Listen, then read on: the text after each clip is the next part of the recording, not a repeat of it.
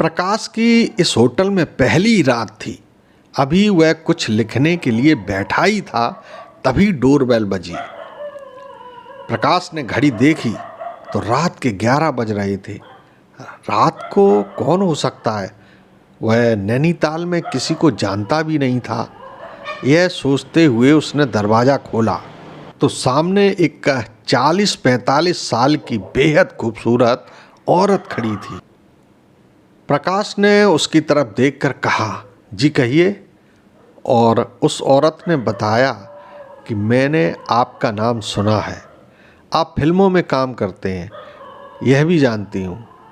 प्रकाश ने उसे कमरे के अंदर बुलाकर बैठाया और पानी देते हुए कहा, जी कहिए, मुझसे आपको क्या काम है? फिर उस औरत ने बताया, मेरा नाम नैन्सी आहूजा है और इस होटल के पीछे ही मेरा घर है, जहाँ मैं अपनी बेटी के साथ रहती थी। फिर उसने प्रकाश को एक लिफाफा देते हुए कहा, यही है मेरी बेटी। प्रकाश ने देखा तो उस लिफाफे में एक 18-20 साल की बहुत ही खूबसूरत लड़की का फ़ोटो था। फिर वह औरत बोली, इसे ही हीरोइन बनाना है। प्रकाश ने कहा, देखिए, मैं एक राइटर हूँ, प्रोड्यूसर या डायरेक्टर नहीं, ये मैं नहीं कर सकता। पर वह औरत बात सुनने को तैयार ही नहीं हुई।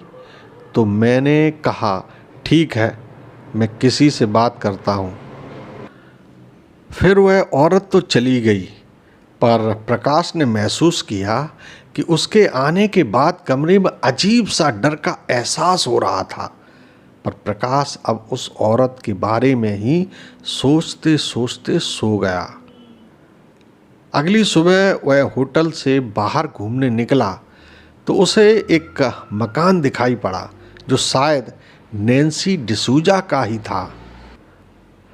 प्रकाश ने उस मकान का दरवाज़ा खटखटाया तो उसमें से एक 50 साल के व्यक्ति ने दरवाज़ा खोला।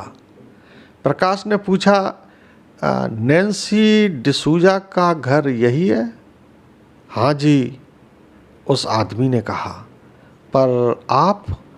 जी, मैं प्रकाश पेशे से एक राइटर हूँ, फिल्मों के लिए भूतिया कहानी लिखता हूँ, पास के ही होटल में ठहरा हूँ। और प्रकाश ने उन्हें पूरी बात बताई। इसके बाद वे प्रकाश को घर के अंदर ले गए। फिर उन्होंने प्रकाश को बताना शुरू किया कि नैन्सी मेरी ही पत्नी का नाम है। उसे एक ही सनक सवार थी, बेटी को हीरोइन बनाना है। मैंने उसे बहुत समझाया पर उसने मेरी एक नहीं सुनी। एक दिन इसी पास वाले होटल में विवेक नाम का डायरेक्टर आकर रुका था। नैन्सी जब उससे मिली तो उसने नैन्सी को प्रिंस के साथ एक शाम पार्टी में बुलाया और स्क्रीन टेस्ट की बात कहकर प्रिंस को रोक लिया। मैंने नैन्सी को उस रात अकेला घर लौटने पर खूब खरी खोटी सुनाई थी। प्रकाश ने पूछा, फिर क्या हुआ? उस आदमी ने बताया कि रात के 3 बजे जब प्रिंस घर लौटी तो मैंने ही दरवाज़ा खोला था। मेरी बेटी एक जिंदा लाश थी। उस डायरेक्टर ने उसकी इज्जत लूटकर उसे कहीं का नहीं छोड़ा था। इसके बाद तो प्रिंस ने किसी से कोई बात ही नहीं की।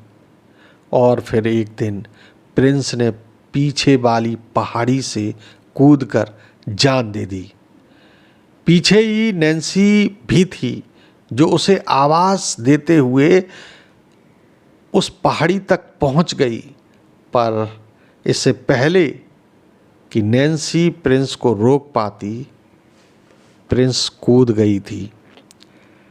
यह सदमा नैन्सी से बर्दाश्त नहीं हुआ तो वह भी उसी पहाड़ी से कूद गई। और इस तरह मेरी बेटी और मेरी पत्नी दोनों की मौत आज से 5 साल पहले हो गई थी। और आप कह रहे हो कि नैन्सी कल आपसे होटल में मिलने आई थी। ये कैसे संभव हो सकता है?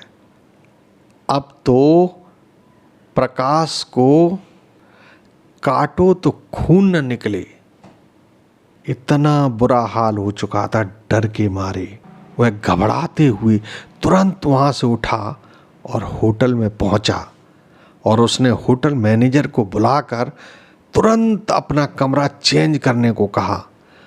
पर होटल में दूसरा कमरा खाली नहीं था, तो मैनेजर ने उससे कहा कि वो सिर्फ एक रात उसी कमरे में गुजार ले, कल उसे दूसरा कमरा दे देगा।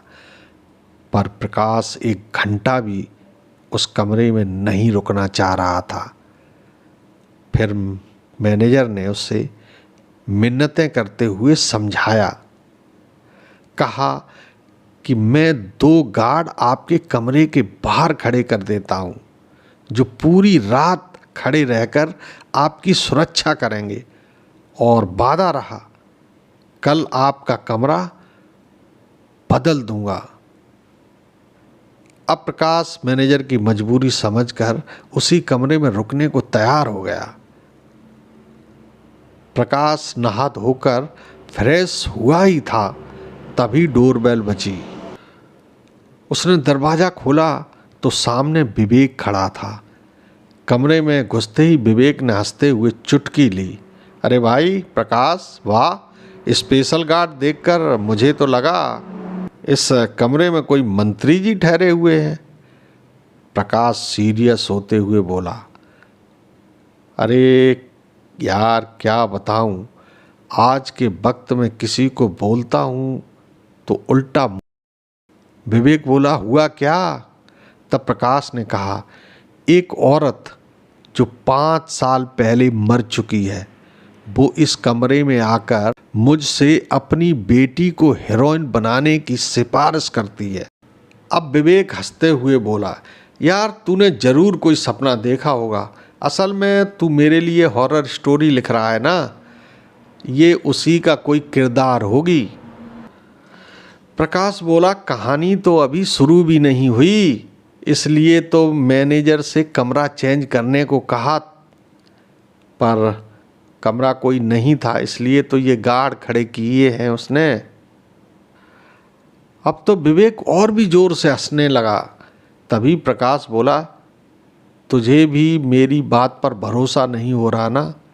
देख यह तस्वीर, यह उसी की बेटी की है। विवेक ने उस तस्वीर को अपने हाथ में लिया तो देखकर चौंक गया।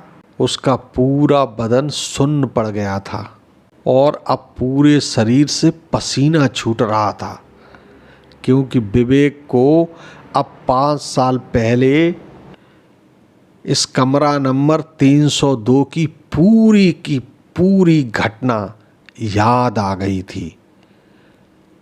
अब विवेक जल्दी से वहां से उठा और बिना कुछ कहे बाहर निकल गया। प्रकाश सोच रहा था इसे क्या हुआ। फिर कुछ देर बाद प्रकाश ने विवेक के बारे में रिसेप्शन से पता किया तो पता चला कि साहब अभी अभी गाड़ी लेकर कहीं निकल गए हैं। फिर प्रकाश भी इधर उधर काम में व्यस्त हो गया और 11 बजे के लगभग लाइट बंद करके सोने ही जा रहा था कि तभी वहां नैन्सी प्रकट हो गई। उसे देखकर तो प्रकाश उछल ही गया। तो तुम अंदर कैसे आई? बाहर गार्ड नहीं थे क्या?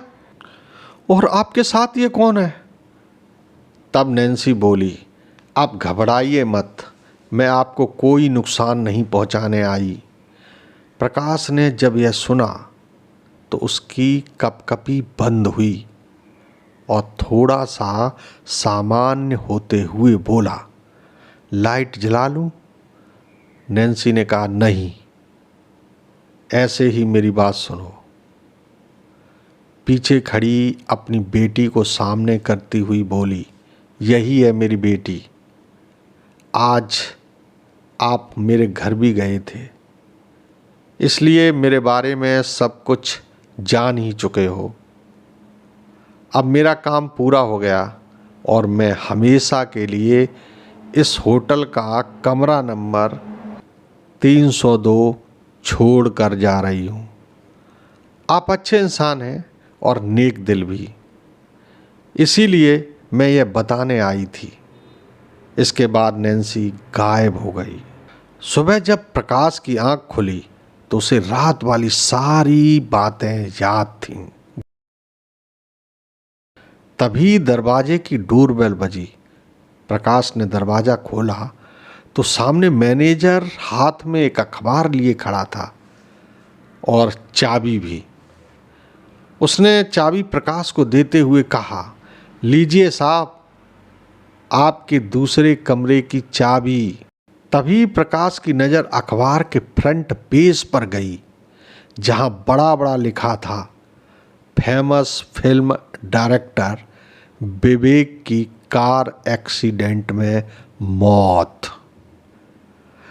अब प्रकाश ने मैनेजर से कहा, अब मुझे दूसरे कमरे की ज़रूरत नहीं, मेरी कहानी पूरी हो गई।